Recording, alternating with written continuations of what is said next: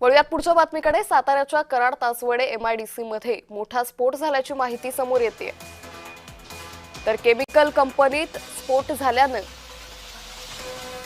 10 kilometre पर्यंतचा परिसर हा हादरल्याचं पाहायला मिळतंय। स्फोटाचा दूरवर आवाज आणि धुराचे लोट पसरले। स्फोटाचं कारण अद्याप अस्पष्ट असल्याची माहिती सध्या समोर येते।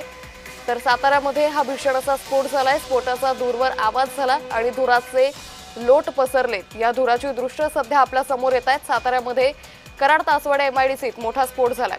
या संदर्भात अधिक माहिती घेऊयात आमचे प्रतिनिधी सुहास पाटील यांच्याकडून। सुहास, कशामुळे ही आग लागली होती, काही कारण स्पष्ट होऊ शकलंय का?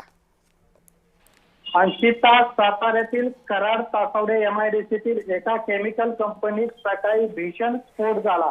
हा स्फोट एवढा मोठा होता की तब्बल 10 किलोमीटरचा परिसर हादरून गेला।